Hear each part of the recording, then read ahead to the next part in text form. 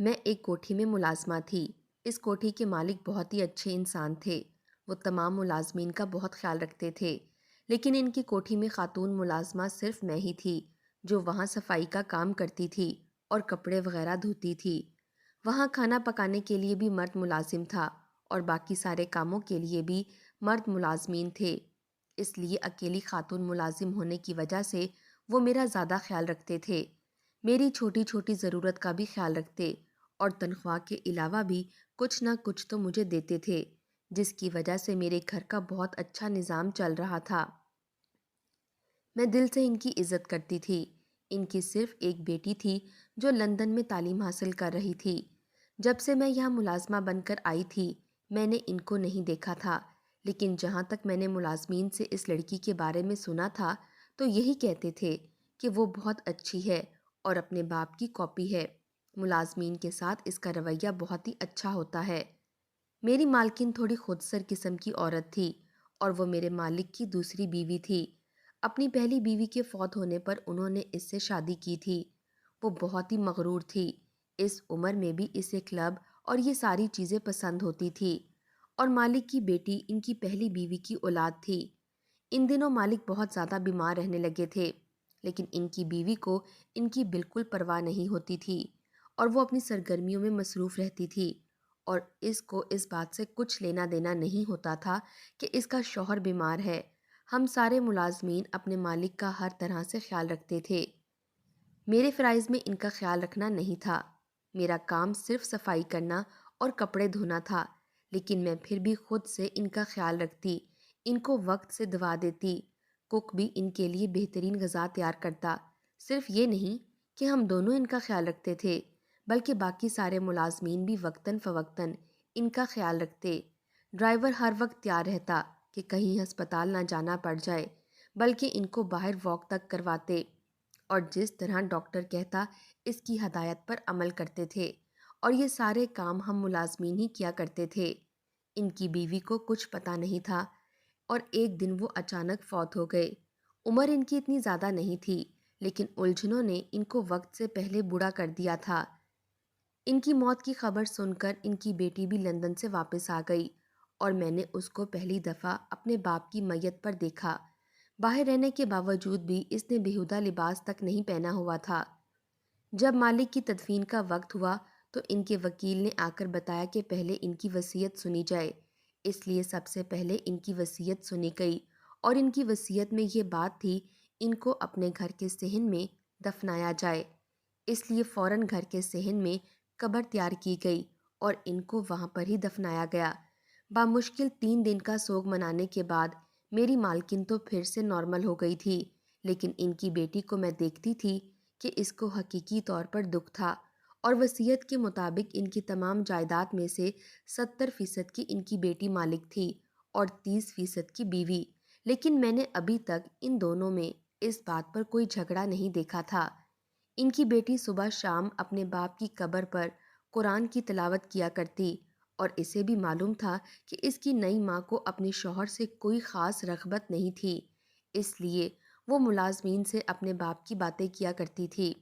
اس کو اس بات کا شدید قلق تھا کہ وہ ان کے ساتھ وقت نہیں گزار سکی۔ مجھے بھی اس کے دکھ کا اندازہ تھا۔ میرا باپ بھی نہیں تھا، اور میں جانتی تھی کہ بن باپ کی بیٹیوں کے لیے زندگی کتنی مشکل ہوتی ہے، چاہے وہ امیر کی بیٹی ہو یا غریب کی۔ اس لیے میں ہر وقت اس کے ساتھ رہتی تھی۔ مالک کے بیمار ہونے سے پہلے میں صرف کچھ گھنٹوں کے لیے یہاں آیا کرتی تھی، لیکن ان کے بیمار ہونے کے بعد میں سارے دن کے لیے یہاں رہتی تھی۔ ان کے وفات کے بعد میں نے رات کو بھی یہاں رہنا شروع کر دیا تھا، کیونکہ مجھے معلوم تھا کہ ان کی بیٹی کو میری ضرورت ہے، اور جب مجھے ضرورت تھی تو انہوں نے مجھے ہر طرح کا سامان مہیا کیا تھا۔ ان کی بیٹی کو اب ضرورت تھی تو میرا فرض بنتا تھا کہ ان کی بیٹی کا ساتھ دوں۔ ویسے بھی گھر میں میرے بچے چھوٹے نہیں تھے کہ وہ اکیلے نہ رہ سکتے، اس لیے میں بے فکر ہو کر یہاں رہتی تھی۔ جب میرے مالک کو مرے ہوئے کچھ دن گزر گئے تو ایک دن صبح ان کی بیٹی کا رویہ میرے ساتھ بہت عجیب سا تھا۔ مجھے بڑی عجیب نظروں سے دیکھ رہی تھیں۔ سارا دن میں اس کے ساتھ رہی، لیکن اس کے انداز میں وہ پہلے والی گرم جوشی نہیں تھی۔ میں اس سے مالک کی باتیں کرتی رہی، لیکن وہ غائب دماغی سے مجھے جواب دیتی رہی۔ میں نے پوچھا بھی کہ آخر ہوا کیا ہے، مجھے بتا سکتی ہیں؟ اس نے بتایا کہ کچھ دن سے مجھے یوں محسوس ہوا جیسے میرے معمولات پر نظر رکھ رہی ہیں، لیکن میرے معمولات غلط نہیں تھے، اس لیے میں مطمئن تھی۔ 2 دن بعد اس نے مجھے بلایا اور بتایا کہ میں نے اپنے باپ کو خواب میں دیکھا تھا۔ انہوں نے آپ کا نام لے کر کہا ہے کہ اس سے بولنا میری قبر کو دوبارہ کھلوائے۔ میں اس لیے آپ سے ایسے بات کر رہی تھی کہ میرے باپ نے آپ کو کیوں کہا، میرے خواب میں آئے تھے تو مجھے بھی تو کہہ سکتے تھے کہ میری قبر دوبارہ کھلواؤ، لیکن انہوں نے باقاعدہ آپ کا نام لے کر کہا ہے، اور ان دنوں میں نے دیکھ لیا ہے کہ آپ ان سے کتنی مخلص ہیں۔ صبح شام ان کی قبر پر تلاوت کرتی ہیں، ان کے نام سے روزانہ صدقہ کرتی ہیں، ہر روز درود دلواتی ہیں، ان کی قبر پر دیا جلاتی ہیں۔ اس کا مطلب ہے کہ آپ دل سے ان کی عزت کرتی ہیں، اسی لیے انہوں نے آپ کا نام لیا ہے۔ میں اس بات پر بہت حیران ہوئی کہ میں ایسا کیسے کر سکتی ہوں۔ آپ جانتی ہیں کہ مالکن قبر کھولنے کی اجازت کبھی نہیں دیں گی۔ انہوں نے کہا اس میں تمہارا ساتھ دوں گی، شاید اسی لیے بابا نے مجھے کہا ہے، کیونکہ وہ جانتے تھے کہ آپ کی پہنچ بھی زیادہ نہیں ہے، لیکن یہ آسان کام بھی نہیں تھا، یہ غیر قانونی بھی سمجھا جا سکتا تھا، اور پھر ایسی صورت میں جب گھر میں مالکن بھی موجود تھیں جس کو اس کے شوہر کے غم سے کچھ لینا دینا نہیں تھا، اس نے یقیناً ہمارے خلاف محاذ کھڑا کر دینا تھا۔ اس لیے ہم نے سب سے پہلے فتویٰ لیا کہ ہم نے خواب دیکھا ہے، اس کے بارے میں ہمیں کیا کرنا چاہیے۔ انہوں نے کہا کہ اگر خواب کی بات ہے تو ہمیں اس پر عمل کر دینا چاہیے۔ مولانا سے فتویٰ لینے کے بعد ہم نے قانون کے مطابق کام کیا اور ایک وکیل کے پاس جا کر ساری بات بیان کی۔ انہوں نے اس کا حل بتایا، بلکہ کورٹ سے اس چیز کا باقاعدہ پرمٹ نکلوایا۔ اس کام میں 1 ہفتہ لگ گیا۔ 1 ہفتے بعد محلے کے وہ گورکن جنہوں نے پہلے قبر کھودی تھی ان کو ساتھ لے کر آئی۔ سارے ملازمین کو یہ بات معلوم ہو گئی تھی کہ ہم قبر کشائی کروانا چاہ رہے ہیں۔ میرے ساتھ مالک کی بیٹی بھی تھی اور وکیل بھی، اس کے ساتھ ساتھ مولوی صاحب بھی موجود تھے، جس کی وجہ سے مالکن کچھ نہیں کہہ پائیں، اس لیے وہ بھی خاموشی سے ہمارے ساتھ آ کر کھڑی ہو گئیں، اور گورکن نے دوبارہ قبر کھودی اور مٹی اٹھانے کے بعد جب اس نے اوپر سے سلیب ہٹائی تو میں حیران رہ گئی، بلکہ ہم سب کی حیرت اور خوف سے آنکھیں باہر آ گئیں، کیونکہ قبر تو بالکل ہی خالی تھی، اس میں میت کا کوئی ایک ٹکڑا تک نہیں تھا۔ حالانکہ 2 ہفتوں میں میت بالکل ختم نہیں ہو سکتی۔ سب کو فکر شروع ہو گئی کہ آخر میت گئی کہاں، کیونکہ گھر کے اندر قبر تھی اور پھر بھی میت غائب ہو گئی تھی۔ میں نے کہا دیکھو اس قبر سے لاش غائب کہاں ہوئی؟ یہ ایسا سوال تھا جو سب کو حیران اور پریشان کر رہا تھا۔ مولانا، وکیل، گھر کے ملازمین اور ہم سب حیرت سے یہ سب دیکھ رہے تھے۔ مفتی صاحب کے کہنے پر قبر کو دوبارہ بند کر دیا گیا، لیکن اب سمجھ نہیں آ رہی تھی کہ میت کہاں گئی، میت کو کیسے ڈھونڈیں، اور بات بھی حیرت کی تھی، آخر کسی نے میت کا کیا کرنا تھا۔ لیکن وکیل نے سب سے کہا کہ یہ بات اس گھر سے باہر نہیں نکلنی چاہیے، کیونکہ مرنے والا اس معاشرے کا ایک باعزت فرد تھا۔ بات باہر نکلی تو اس کے بارے میں لوگ عجیب باتیں بنائیں گے اور یہ انسان مرنے کے بعد بے عزت ہو جائے گا۔ اس لیے ہم نے خود سے وعدہ کر لیا کہ ہم یہ بات باہر کسی تک نہیں پہنچائیں گے، لیکن ہمارے باہر بات نہ کرنے سے میت مل تو نہیں سکتی تھی، اسے تو ڈھونڈنا ہی تھا، اور اس کے لیے کسی کو تو قدم اٹھانا ہی پڑنا تھا۔ ہم دونوں مالک کے لیے قرآن خوانی کرتے تھے، لیکن اب قبر پر قرآن پڑھنے کا دل نہیں کرتا تھا، اس لیے ان کے کمرے میں بیٹھ کر پڑھ لیا کرتی تھیں۔ لیکن جب ان کے لیے قرآن پڑھنے بیٹھتیں تو پہلا خیال یہ آتا کہ میت کہاں ہوگی، اور نہ جانے اور کتنی بے حرمتی ہو رہی ہوگی، کیونکہ جو لوگ اس طرح قبر سے میت نکال کر لے گئے تھے ان کا ارادہ اچھا تو نہیں ہو سکتا۔ مالک کی بیٹی اس ملک میں نہیں رہتی تھی، وہ بہت سالوں سے ملک سے باہر تھی، اس لیے اسے یہاں کے قوانین کا زیادہ نہیں پتہ تھا، اس لیے وہ جہاں بھی جاتی تھی مجھے ساتھ لے کر جاتی تھی، اور وہ کہیں بھی میرا تعارف اپنی ملازمہ کے طور پر نہیں کرواتی تھی، بلکہ یہی کہتی تھی کہ میں ان کی آنٹی ہوں، اور یہ بھی عزت دینے کا ایک طریقہ تھا۔ میں نے وعدہ کیا کہ میں جہاں تک ہو سکا اس کا ساتھ دوں گی اور ہمارے مالک کی میت کو ڈھونڈنے میں اس کی پوری مدد کروں گی۔ ہم نے سب سے پہلے جا کر وکیل سے مشورہ کیا کہ ہمیں ایسی صورت میں کیا کرنا چاہیے۔ گھر میں ہم نے جب مالکن سے اس بارے میں بات کی تو انہوں نے صاف جواب دے دیا تھا کہ وہ اس معاملے میں کچھ نہیں کر سکتیں، کیونکہ میت لے جانے والے کون ہیں انہیں کچھ معلوم نہیں ہے، وہ تو ویسے بھی عدت میں ہیں۔ جو کچھ کرنا ہے ہمیں ہی کرنا ہے، اس لیے ہم دونوں خود ہی کوشش کر رہی تھیں۔ سب سے پہلے ہم نے وکیل سے مشورہ کیا تھا اور ان کے مشورے سے ہی ہم پولیس والوں کے پاس گئیں اور ان کو جا کر سارا مسئلہ بتایا۔ وہ لوگ تو اتنا عجیب و غریب کیس سن کر لینے کو تیار ہی نہیں تھے، لیکن مالک کے نام اور نیک نامی اور ہم سب کی گواہی کی وجہ سے ان کو کیس فائل کرنا پڑا۔ اور سب سے بڑی بات، وکیل نے بھی اس چیز کی گواہی دی تھی کہ اس نے بھی قبر کو دیکھا ہے۔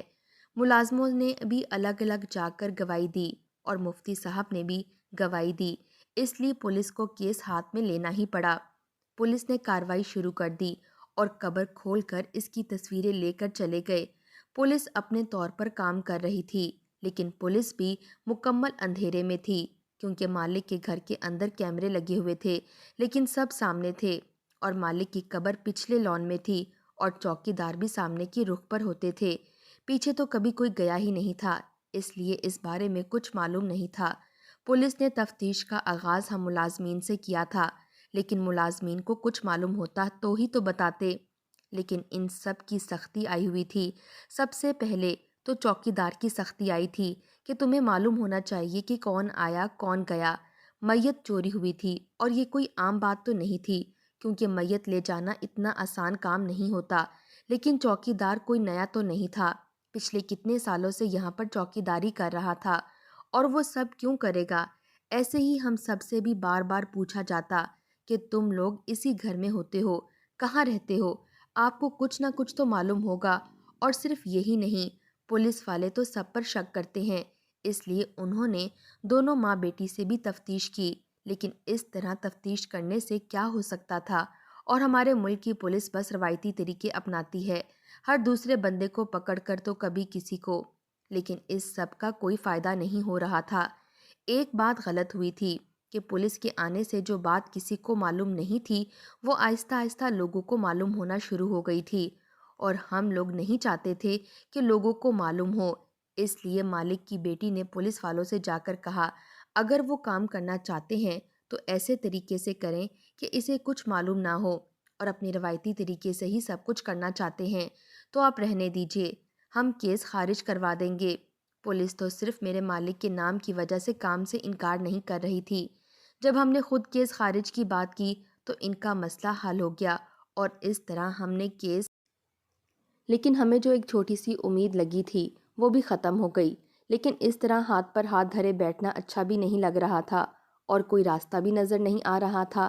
ہم سب ملازمین اور مالک کی بیٹی اس مسئلے کو لے کر بہت پریشان تھے اور اپنی جگہ دعا کر رہے تھے کہ اس مسئلے کو حل کرنے کا کوئی طریقہ مل جائے، بلکہ ہم سب اپنی جگہ جاسوسی بھی کرتے پھر رہے تھے۔ اب پرانی پرانی باتیں یاد کرتے، کوئی ایسی بات یاد کرتے جس سے ہمیں کوئی ہلکا سا کلیو مل جاتا، ایسی کوئی بھی بات یاد نہیں آتی تھی۔ قبر سے لاش کو نکالنے کے لیے قبر کی کھدائی کی جاتی ہے، اور ہم لوگ تو صبح شام قبر پر جاتے تھے، ہم نے کبھی نہیں دیکھا کہ قبر کھدی ہوئی ہو۔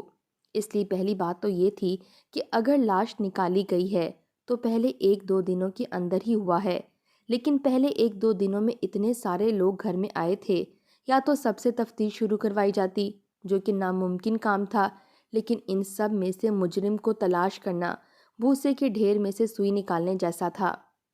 لیکن حیرانگی کی بات یہ تھی کہ مالک کی بیوی اس مسئلے کو لے کر بالکل بھی پریشان نہیں تھی، ویسے ہی مطمئن دکھائی دیتی تھی جیسے ہمیشہ رہتی تھی، یا اسے اس بات سے کوئی فرق نہیں پڑتا تھا، یا وہ جانتی تھی کہ لاش کہاں ہے۔ ہم اس سے کچھ نہیں کہہ سکتے تھے، اس لیے جو کرنا تھا ہمیں خود ہی کرنا تھا، لیکن کوئی راستہ بھی نظر آتا تو ہی کچھ کر سکتے تھے۔ اور پھر ہمیں امید کی کرن نظر آئی، کیونکہ ایک دن ہمارے مالک کے قریبی دوست ان سے ملنے آئے، اور جب معلوم ہوا کہ وہ فوت ہو گئے ہیں تو انہوں نے ان کی بیٹی سے تعزیت کی۔ باتوں باتوں میں معلوم ہوا کہ وہ ایک ریٹائرڈ آرمی آفیسر ہیں، اور ان کا بیٹا اس وقت بھی آرمی میں ہی ہے۔ مالک کی بیٹی نے فوراً ان کو ساری بات بتائی۔ وہ سن کر بہت حیران ہوئے، بلکہ انہوں نے کہا کہ وہ خود اس بات کی کھوج لگائیں گے، بلکہ خود انٹیلیجنس سے ریٹائرڈ تھے، اور ان کا بیٹا خود بھی انٹیلیجنس میں تھا، اس لیے ان کے لیے یہ سب کرنا مشکل نہیں تھا، اور ہم دونوں پھر سے پر امید ہو بیٹھے تھے۔ ہمیں بھی امید کی کرن نظر آئی۔ لیکن ہم نے یہ بات اپنی مالکن سے چھپا لی۔ ہم نے اس کی بھنک بھی نہیں لگنے دی کہ ہم اب بھی اس بات کے پیچھے لگے ہیں اور اس کو ڈھونڈنے کی کوشش کر رہے ہیں۔ انہوں نے اپنے بیٹے کو ساری بات بتائی اور کچھ دنوں بعد وہ دونوں باپ بیٹا واپس ہمارے گھر آئے۔ انہوں نے پولیس سے وہ ساری چیزیں منگوا کر دیکھیں جو پولیس نے انویسٹیگیشن کر کے فائل بنا رکھی تھی، اور ہم سب سے بھی پوچھا کہ کیا ہوا تھا۔ ہم نے ان کو ساری باتیں تفصیل سے بتائیں۔ انہوں نے کہا کہ جو بھی ہوا ہے یقیناً اس کے پیچھے کوئی بہت بڑی سازش ہے، اور وہ کیا ہے وہ معلوم کر لیں گے۔ ہم نے اس کو یقین دلایا کہ ہم سب ہر طرح سے ان کی مدد کریں گے، ہمیں بس ہر صورت میں اپنے مالک کی میت واپس چاہیے۔ انہوں نے اپنی تفتیش میرے مالک کے اثاثوں کے ذریعے کرنا شروع کی۔ ان کی وصیت کے مطابق ان کی جائیداد کی 70% کی مالک ان کی بیٹی تھی، اس لیے ان کی 2 کمپنیاں ان کی بیٹی کے حصے میں آئی تھیں اور 1 کمپنی ان کی بیوی کے حصے میں آئی تھی۔ اس کے علاوہ بینک بیلنس میں بھی اس طرح ان دونوں کا حصہ تھا، اور وہ سب چیزیں تو مالک ان دونوں کو پہلے ہی دے چکے تھے۔ کمپنی وغیرہ ان دونوں کے نام پر ہی تھی، یہ لوگ کمپنی کو اون بھی کر چکی تھیں۔ مالک کے دوست نے پوچھا کہ آپ لوگوں میں سے کوئی ایسی بات جانتا ہو جس کی وجہ سے آپ کو اندازہ ہو کہ میت چوری ہوئی ہوگی۔ ایسے ہی مجھے یاد آیا کہ مالک کے 2 دانت سونے کے تھے، شاید اس کی وجہ سے ہو، اس لیے میں نے یہ بات ان کو بتا دی۔ انہوں نے کہا کہ 100% یہی بات ہوگی، ان کے دانت چوری کرنے کے لیے ان کی میت کو قبر سے نکالا گیا ہوگا، لیکن یہ کام کس نے کیا ہے یہ سوال ابھی تک وہیں کا وہیں ہے۔ وہ لوگ اکثر ہمارے گھر میں آتے رہتے تھے، اس لیے ان دونوں نے بھی نوٹ کر لیا ہم گھر کے ملازمین اس کیس میں پوری دلچسپی لے رہے ہیں، اور جو بات ہم پوری تفصیل سے بتاتے ہیں، یہاں تک کہ پرانی سی پرانی بات اپنی یادداشت سے نکال کر ان کو بتاتے ہیں کہ شاید کوئی مدد ہو سکے، لیکن ان کی بیوی بالکل بھی اس میں دلچسپی نہیں لے رہی، اور نہ ہی کبھی اس نے پوچھا کہ کیس کا کیا بنا ہے۔ اس لیے ان کے دماغ میں بھی یہ بات آئی کہ شاید وہ اس میں شامل ہو، اور یہ بات تو میرے دماغ میں بھی تھی، لیکن چھوٹا منہ بڑی بات، اس لیے انہوں نے ہم سارے ملازمین کا بایو ڈیٹا نکالنے کے ساتھ مالک کی بیوی کا بھی پرانا ڈیٹا نکالا تو معلوم ہوا کہ وہ کسی وقت میں ماڈل ہوا کرتی تھیں، لیکن مالک سے شادی کے بعد انہوں نے ماڈلنگ چھوڑ دی۔ لیکن جس دور میں یہ ماڈلنگ میں آئی تھیں اس وقت ان کا ایک بیٹا تھا، لیکن بعد میں ماڈلنگ کی دنیا میں آنے کے بعد بیٹا کبھی منظر عام پر نہیں آیا۔ انہوں نے کبھی کسی کو بتایا ہی نہیں کہ وہ شادی شدہ ہیں یا ان کا بیٹا بھی ہے، اور ان کا بیٹا کہاں تھا، یہ وہ سوال تھا جو براہ راست ان سے نہیں کر سکتے تھے، اس لیے انہوں نے اپنے طور پر کام شروع کر دیا۔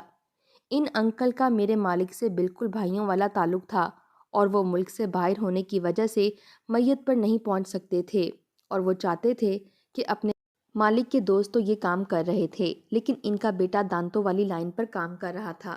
اس نے ایک چور بازار تلاش کر لیا جہاں اس طرح کے دانتوں کو بیچا جاتا تھا، اور وہاں معلوم کرنے پر معلوم ہوا کہ پچھلے دنوں ہی کوئی لڑکا یہاں پر 2 دانت بیچ کر گیا ہے، لیکن اس لڑکے کے بارے میں معلومات حاصل کرنے میں کچھ وقت لگنا تھا۔ وہ لوگ کام کر رہے تھے، جہاں پر ان کو ہماری مدد کی ضرورت ہوتی ہم سب ان کی مدد کرتے، لیکن یہ سارا کام بالکل انڈر گراؤنڈ ہو رہا تھا، ہم لوگوں کے سوا کسی کو معلوم نہیں تھا کہ کیا کام ہو رہا ہے۔